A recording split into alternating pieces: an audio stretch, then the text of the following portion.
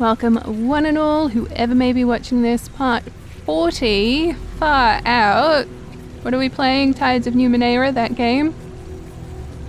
I mean, I guess technically we've made some kind of progress because we can now leave through this moor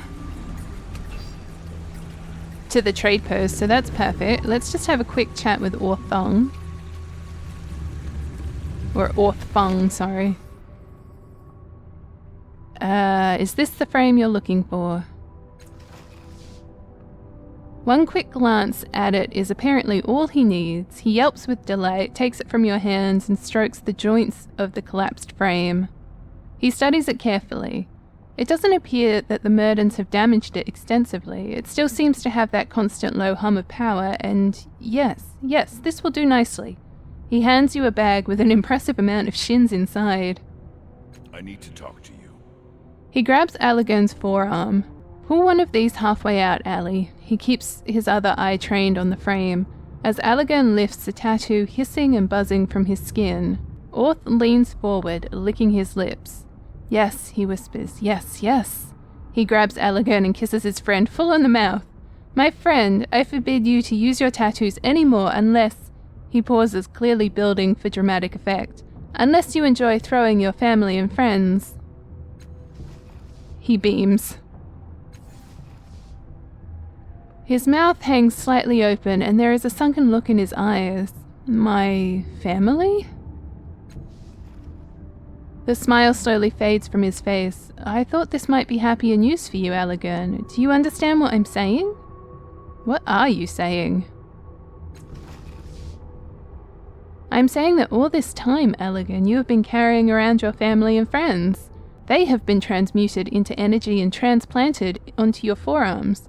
Those creatures you saw, nothing more than a visual representation of the deconstruction process. Your family wasn't devoured, Allergan. They are alive.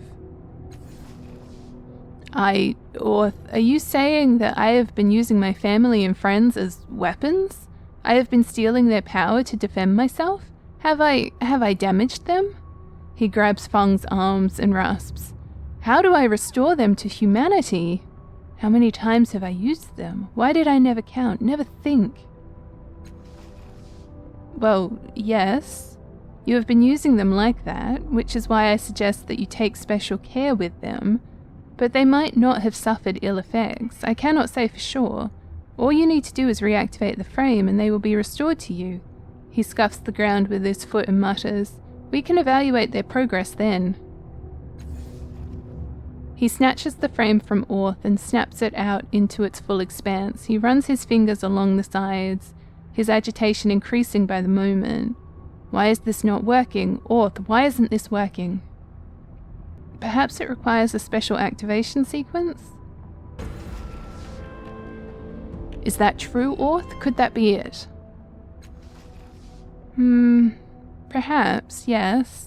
If this device functions as a matter decoherence and imprinting transfer, it would necessarily require a passcode of some sort to unlock it. It wouldn't do their ancient users any good if they accidentally recorporealized their passengers, would it? It would require an act of intentionality. He taps his lips thoughtfully. So, do you happen to know any extremely powerful psychics? Someone stronger than a mere mind reader. One of them might know how to unlock this code from your mind. But I am no student of the sonic arts, my friend. I have done what I can, and frankly, I think my efforts have been sufficient. He considers. I might just know the person. She's back in Saga's Cliffs. Once we're out of the bloom and I'm done with this cast-off business, I'll go find her.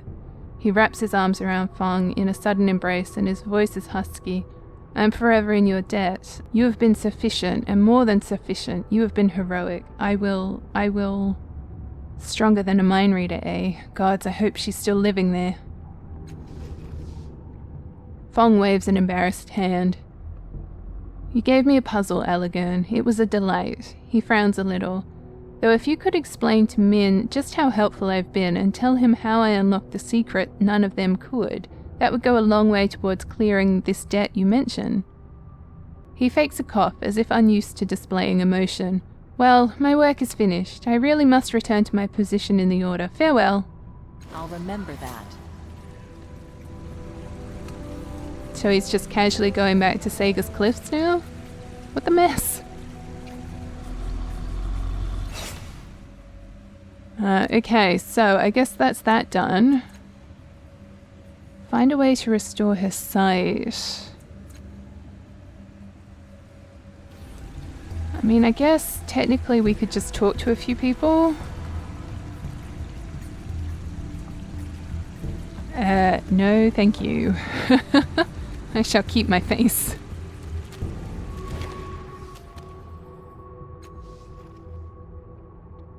Alright, do you know any way to restore the sight of someone without eyes? Without eyes? Were they destroyed, or is this inherited? Was this a creature that has no visual cortex? He waves his hand. It makes no matter. I can restore sight to any living creature. He leans forwards and taps your chest. Any.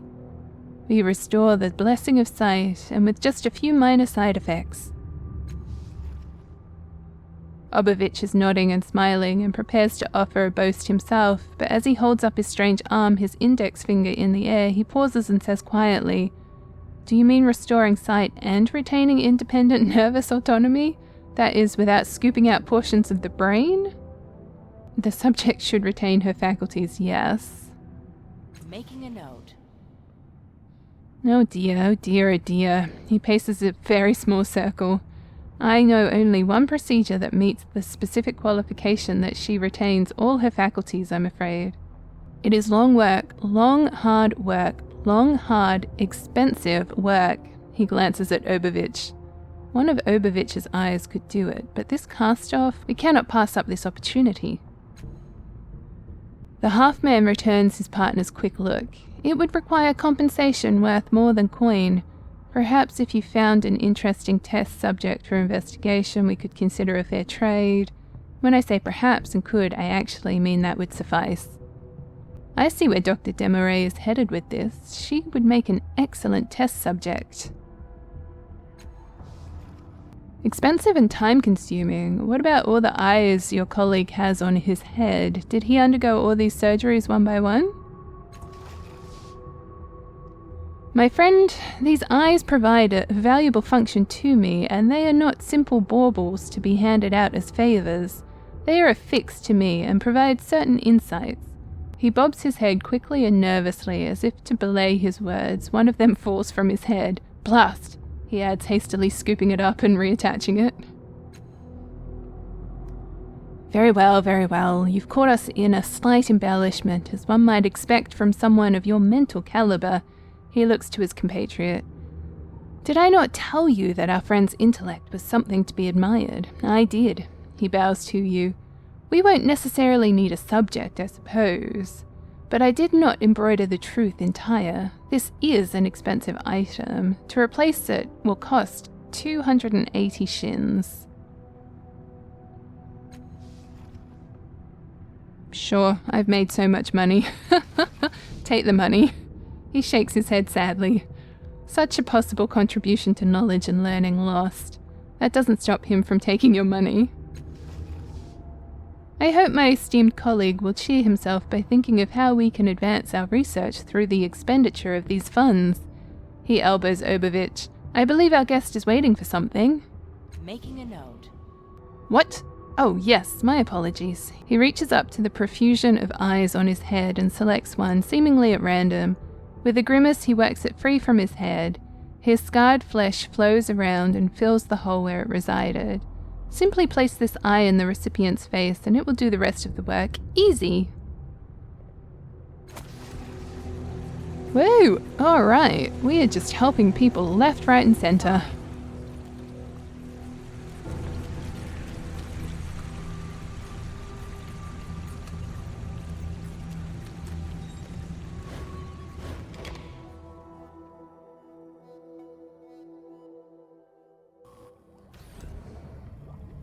Yes.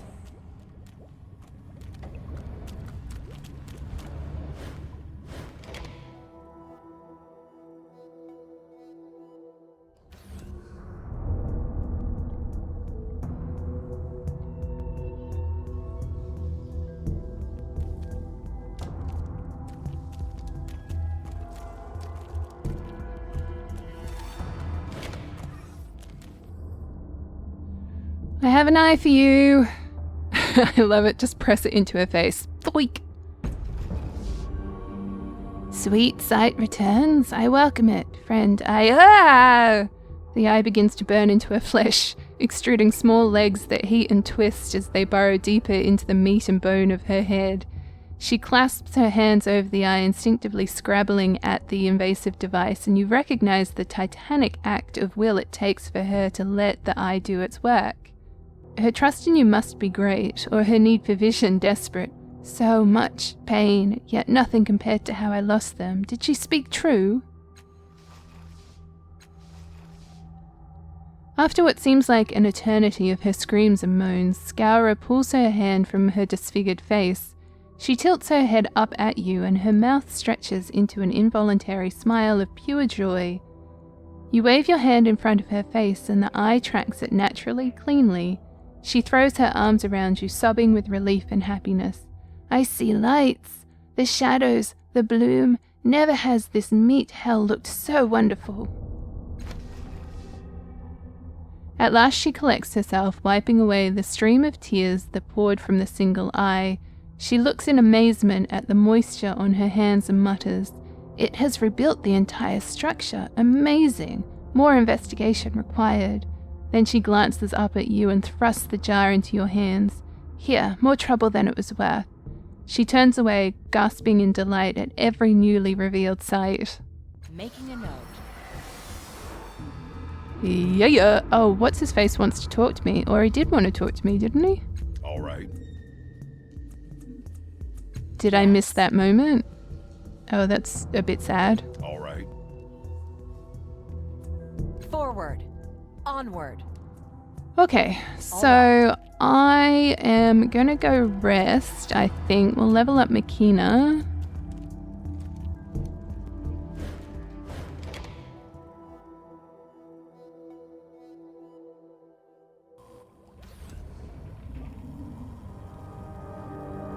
All right.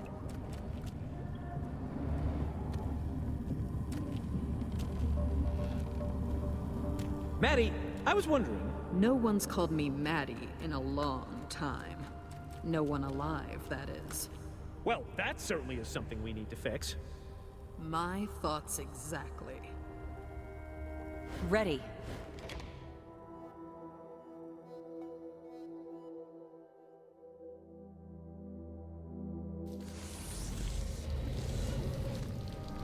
To action!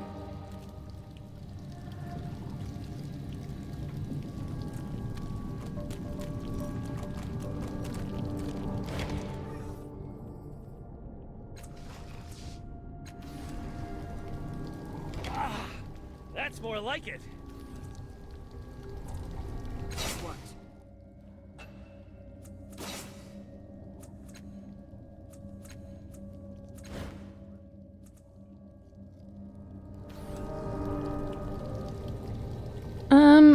I might talk to these guys because we do have the power crystal just while we're here.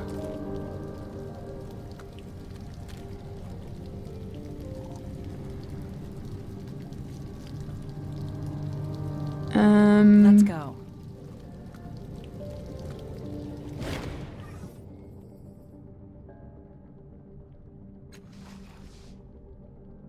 Okay. I don't know, maybe I Consider can it done. use that elsewhere. Oh, that's the thing that we pulled out of the other Katina. Right, yeah, okay, so it is a bit of an unknown. Fine.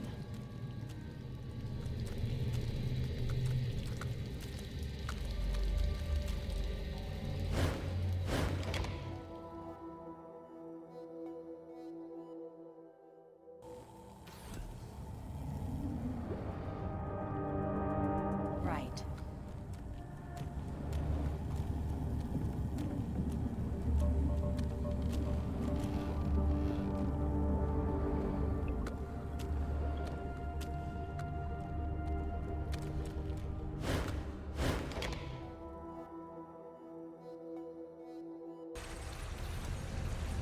Alright, let's check out this trading post, I Ready. guess.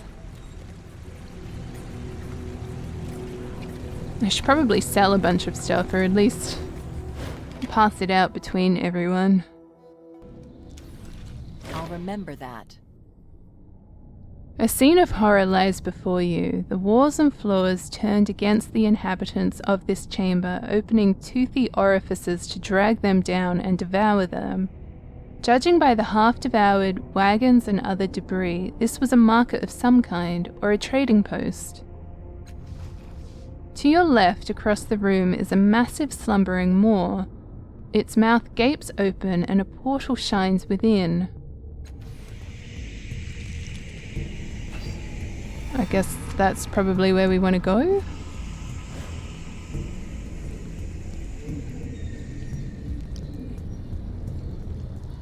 Apparently we can talk to a tongue cluster. I don't know why I would want to do that though.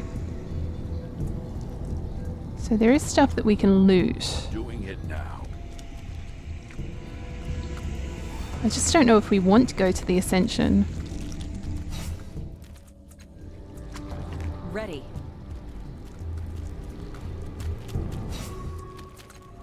Yes. Alright, let's see what this tongue cluster is about. Makes me pretty uncomfortable.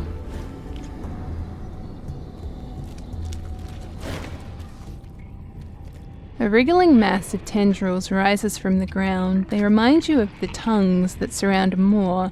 Writhing and twisting around each other, they make wet, unpleasant sounds. Out of the corner of your eye, you catch a subtle change in Makina's movements, a tension that tells you she has encountered something like this before. Her bearing suggests caution, but not fear. Bloom tongues. Gods, I hate going this deep into the bloom. Makina, do you know what this thing is? She turns to you with the beginning of a smirk, obviously aware that you caught the change in her bearing when she first saw the tongues, and maybe a little impressed that you noticed. After careful thought, I guess that it's a bunch of bloom tongues. She reaches out a hand, holding it near one of the tongues. I've heard rumors, stories from people who have been here a long time. The crazies and addled heads. Tongues only grow like this in the deepest parts of the bloom. It must have dragged this whole chamber into the depths. I listen to the voices. The hissings and chitterings are completely unintelligible to you, if indeed they mean anything at all.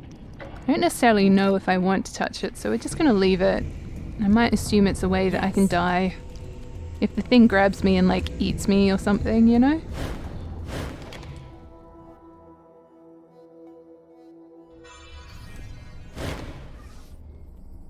You emerge from the portal into an alien world. The air is thin and bitterly cold. The sun is a tiny white globe in the sky, casting dim light over a landscape of crystalline beauty. You see no sign of organic life, only glittering crystals in every direction. This sounds like a place I want to be.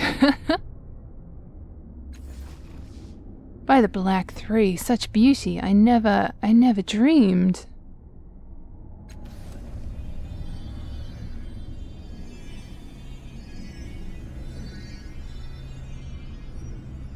I'm going. Okay, there's Doran up there. That's something, I guess.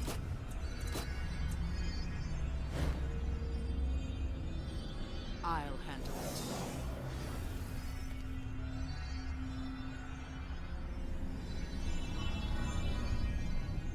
I'm confused. What am I supposed to be doing here?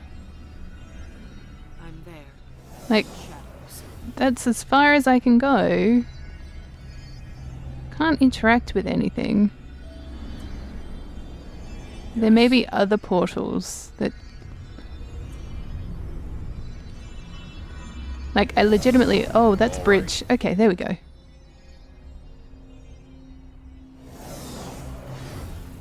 I guess we're going up to Look out Doran. below! Above! Sideways! Are we friends? Please Ready. don't attack me.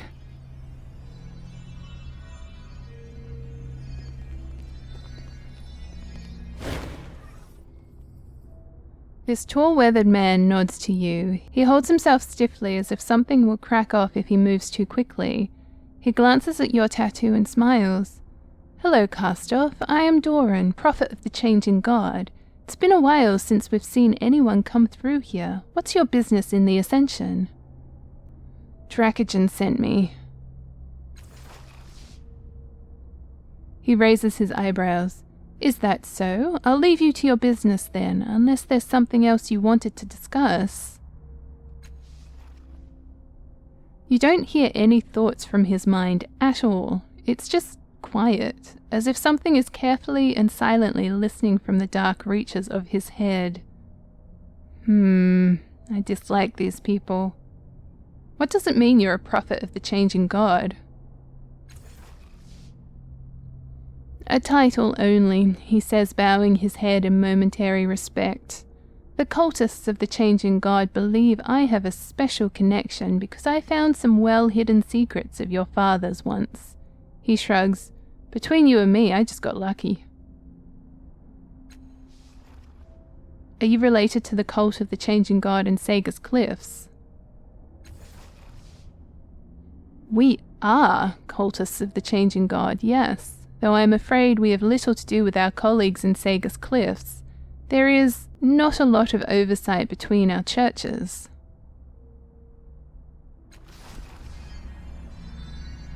I just don't know if I should talk to them about what I'm doing here, you know? I'm assuming if I just look around I should find what we're after. Unless these guys know something.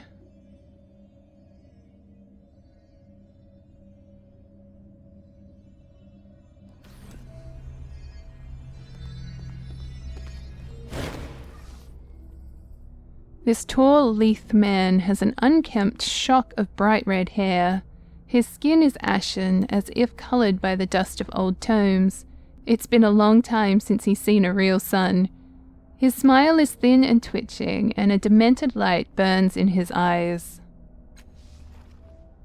Another cast-off, he says with a sneer. Another echo. Who are you? Asclerin, he says the name proudly, as if you should have heard of him. I act. He falls silent, his eyes glittering with contempt. Why did you call me an echo? The strong are those who act, he says, closing his eyes as if quoting from memory. They change the world, break the sky with their thunder. His eyes open, dark and disdainful. And then there is the echo, a weak imitation of the source's fury, claiming to be more important than it is. Cast-offs are echoes of him and deserve none of his glory. I have heard the other cultists who worship these echoes. Fools, all of them. The source is what matters. I mean, technically that's fair. I won't take offense to that. I claim no more importance than I deserve. He chuckles. It's always the same with you and your kind, he says, shaking his head. Stumbling around in your father's footprints, clamoring to be noticed. He folds his narrow arms. Your father doesn't shout to be heard. He is, and the world bends itself around him.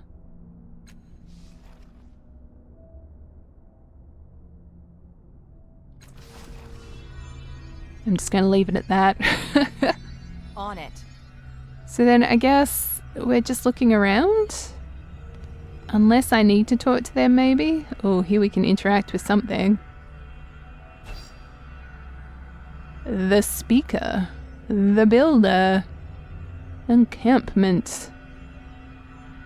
Okay, so we might have to do something with these two, so I might just leave that for the next video. I'm assuming there might be more around. You know, down here somewhere. I don't know, but we will find out. I don't even know how to get here. These are all mysteries to be solved. Oh look, we can come down here though. That's something.